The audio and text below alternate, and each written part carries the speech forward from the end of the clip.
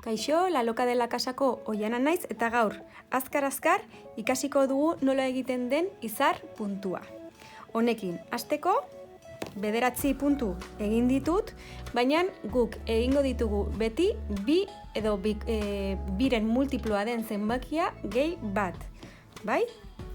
Hemendik abiatuz, nik hemen 9 egin ditut eta puntu baxuen lerro bat egin dut, baina bakarrik erresago ikus dezazun nola egiten den, bai? Orduan, izar puntua egiteko beti bi lerro egingo ditugu. Bat beheko aldea egiteko eta bestea goiko partea egiteko. Lehenengoarekin hasteko bi katetxo egingo ditugu airean. Lanari buelta emango diogu eta aurreko eta bigarren katetxoko atzeko aritxoan kakorratza sartuko dugu eta ari hartu. Eta dagoeneko bi eraztun ditugu.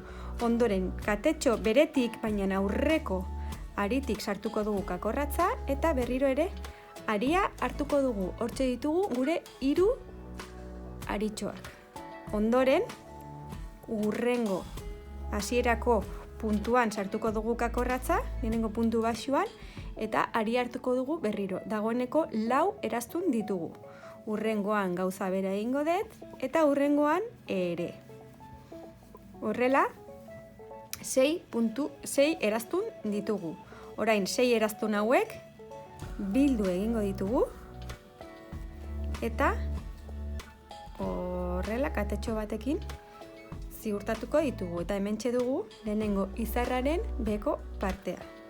Orain, jarraitzeko, eraztuna badaukagu, hemen sartuko dugu kakorratza, hemengo erdiko zulotxo honetan, eta bigarrena hartuko dut. Ondoren, izarretik azkeneko 2 puntu hauetan, lehenengoan kakorratza sartuko dut, aria hartu, ondo tira, bigarrenean sartuko dut eta aria hartuko dut, 4 ditut, eta orain hurrengo bietan gauza bera egingo dut. Bat, eta 2. Eta dagoeneko 6 eraztun ditut.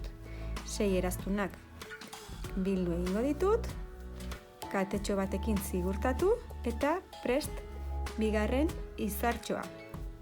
Horrelako maniobra egiten dugun bakoitzean, 2 puntu aurreratuko ditugu, bai? Bigarrena hemendik hartzen dugu, ondorengo biak hemendik, eta beste 2 berriak izango dira. Orain, berriro ere hemen sartuko dut, kakorratza, 2 ditut, hemen sartuko dut hurrengoa, hemen hurrengoa, hemen hurrengoa, eta hemen hurrengoa. Eta dagoeneko prest ditut nire 6 eraztuntxoa. Hurrengo honekin bildu egingo ditut, eta katetxo batekin ziurtatu. Hementxe nire 3. izarraren beheko partea. Berriro. Prozesu berbera, hemendik hartuko dut, hemendik aria hartu, hemendik berriro ere, horrela, eta hau azkenekoa izango litzateke. Hemen 6 eraztunak bildu egingo ditut, katetxo bat airean, eta orain buelta amaitzeko azkeneko puntu honetan puntu ertaina egingo dut. Eta amaitu dugu gure lehenengo buelta, bai? Eta 4 izartxoen beheko parteak formatu dira. Orain, 2 katetxo egingo ditut airean, eta puntu ertain baten lekua beteko dute, bai? Hemen.